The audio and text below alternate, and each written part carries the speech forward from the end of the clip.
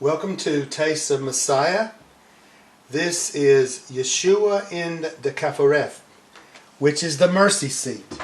And it's amazing just what you're going to find out here that I really just saw for the first time myself, which is quite phenomenal, especially if you're Jewish and you've always known and thought about the Ark of the Covenant, the mercy seat, and all these things. So, because it's ancient, of course, we think about Moses was instructed by Yahweh how to make all the furniture of the tabernacle as well as the tabernacle itself. These things were all models of what is already in heaven. Israel would follow these instructions pointing to the Messiah for many centuries. In Exodus 25:40, and see to it that you make them according to the pattern which was shown you on the mountain. So one of the things that Moses was shown on the mountain, of course the most important thing, and actually the first thing that he was shown, was the Ark of the Covenant and the mercy seat. In Exodus 25:10, and they shall make an ark of acacia wood, 2.5 cubits shall be its length, 1.5 cubits its width, and 1.5 cubits its height. And you shall overlay it with pure gold, inside and out shall you overlay it, and shall make on it a molding of gold all around. You shall cast 4 rings of gold for it, and put them in its 4 corners. 2 rings shall be on one side, and 2 rings on the other side. And you shall make poles of acacia wood, and overlay them with gold.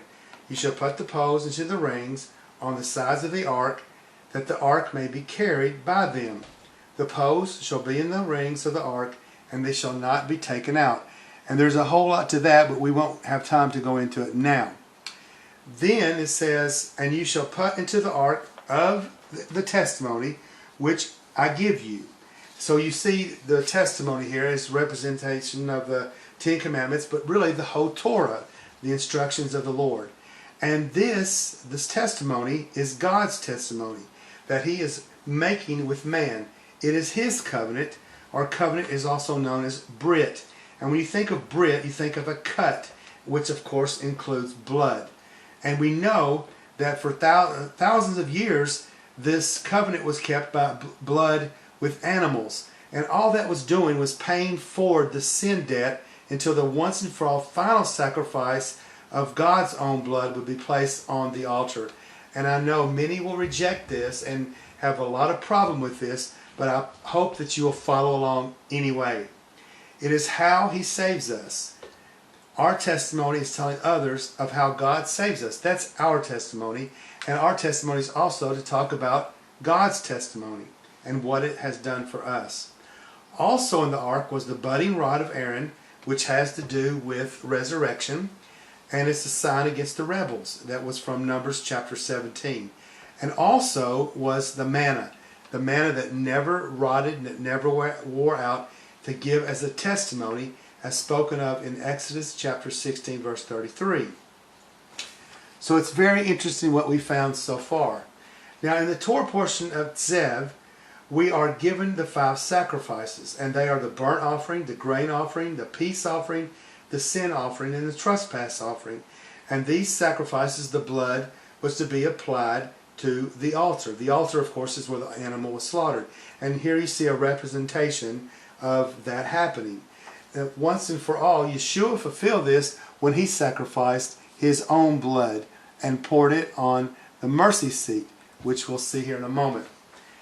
In Exodus 25:17, you shall make a mercy seat of pure gold, 2.5 cubits shall be its length, and 1.5 cubits its width. And you shall make 2 cherubims of gold of hammered work. You shall make them at the 2 ends of the mercy seat. Now pay close attention to what it just said. 2 ends of the mercy seat. And it's very obvious from this picture that the 2 cherubim are on either side or either end of the mercy seat. Now, of course, these are just models of what the real would look like. The real, of course, are alive. So make 1 cherub at one end and the other cherub at the other end. You shall make the cherubim at the 2 ends of its piece with 1 mercy seat. And the cherubim shall stretch out their wings above the covering of the mercy seat, with their wings and their face one another. The faces of the cherubim shall be toward the mercy seat. Now let me just stop here for just one moment and think about you probably don't see a seat, because in actuality the mercy seat is in between the two cherub. And really it's just a covering. And we think of seat, don't just think of a place to sit, but think of a seat like the county seat or the seat of the government. So it's a place of authority when you think of this seat. Now going on in verse 21, you shall put the mercy seat on the top of the ark, and in the ark you shall put the testimony that I will give you, which we showed that picture just a moment ago.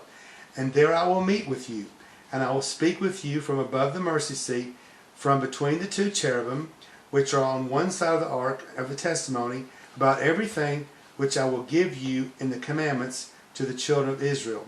Now, on the day of Yom Kippur, which is the Day of Atonement, the high priest would go into the Holy of Holies and sprinkle the sacrificial blood on the mercy seat. Leviticus 16:14 tells us this. He shall take some of the blood of the bull and sprinkle it with his finger on the mercy seat. On the east side, before the mercy seat, he shall sprinkle some of the blood with his finger 7 times. Now we're going to go to a whole nother idea, but this is totally going to connect, and it's very amazing. This is going to connect this mercy seat, the blood that was poured on the mercy seat by the high priest, the sins that were forgiven. Now it's going to go and connect to the Brit HaDasha, the New Testament, in this slide, which begins with John chapter 20, verse 1. Now keep in mind, again, the Ark of the Covenant in your mind as we go on. Now on the first day of the week, Mary Magdalene went to the tomb early while it was still dark, and saw that the stone had been taken away from the tomb. Then she ran and came to Simon Peter and to the other disciple whom Jesus loved, and said to them that they have taken away the Lord out of the tomb, and we do not know where they've laid him. So Mary looks into the tomb, as you see here. Then she would get up and she would run and tell the apostles, because you imagine that they've taken his body. What in the world? It's a very terrible thing. So then, in John chapter 20, verse 3, Peter therefore went out, and the other disciple, and they were going to the tomb. So they both ran together, and the other disciple outran Peter and came to the tomb first.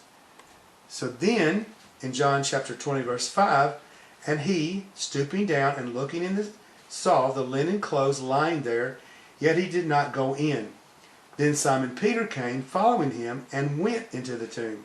And he saw the linen clothes laying there, and the handkerchief that had been around his head, not laying with the linen clothes, but folded together in a place by itself. And there's a whole teaching on that fact that this cloth was actually folded, which was on his face. But we won't go into that now. So then the other disciple who came to the tomb first went in also, and saw and believed. For as yet they did not know the scripture that he must rise again from the dead. Then the disciples went away again to their own homes. So you see, they went away and Mary was left alone. And it says in John chapter 20, verse 11, but Mary stood outside by the tomb weeping. And as she wept, she stooped down and looked into the tomb. And she saw 2 angels in white sitting, one at one end at the head, and the other at the feet, where the body of Jesus had lain.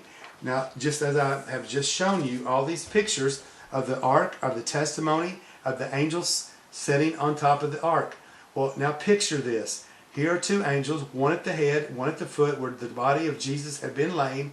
And of course, you don't see this in the picture, but obviously the blood would have been on this place where Jesus' body had been, because he had been ripped to shreds by the whip, by all the abuses that were done to him. And that blood is a picture now, see, of an actual mercy seat right here before you. And Mary is able to actually look in and see this, these 2 live cherubim. So then in verse 13, it says, then they said to her, these angels said to Mary, woman, why are you weeping? And she said to them, because they have taken away my Lord, and I do not know where they have laid him. So, of course, this is a very good question. Then, this is so amazing, in verse 14, now when she had said this, she turned around and saw Yeshua standing there, and did not know that it was him. So Yeshua said to her, woman, why are you weeping? Whom are you seeking? And she, supposing him to be the gardener, said to him, Sir, if you have carried him away, tell me where you have laid him, and I will take him away. And Yeshua said to her, Mary. She turned and said to him, Rabboni, which means teacher. So you see, when he spoke to her, of course she recognized his voice immediately, and she knew it was him. Now, we go on, and Jesus said to her in verse 17, do not cling to me, because her natural inclination was to go and hug him and just love on him because he's alive. But he says to her, do not cling to me, for I have not yet ascended to my Father, but go to my brethren and say to them, I am ascending to my Father and your Father, and to my God and your God.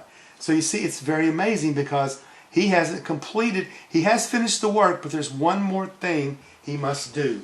In Hebrews chapter 10 and verse 12 tells us this. But this man, who of course is Yeshua, after he had offered one sacrifice for sins forever, sat down at the right hand of God, which is the mercy seat, and from that time waiting till his enemies are made his footstool. So you see, Yeshua had to go and basically at least symbolically put his blood on the mercy seat.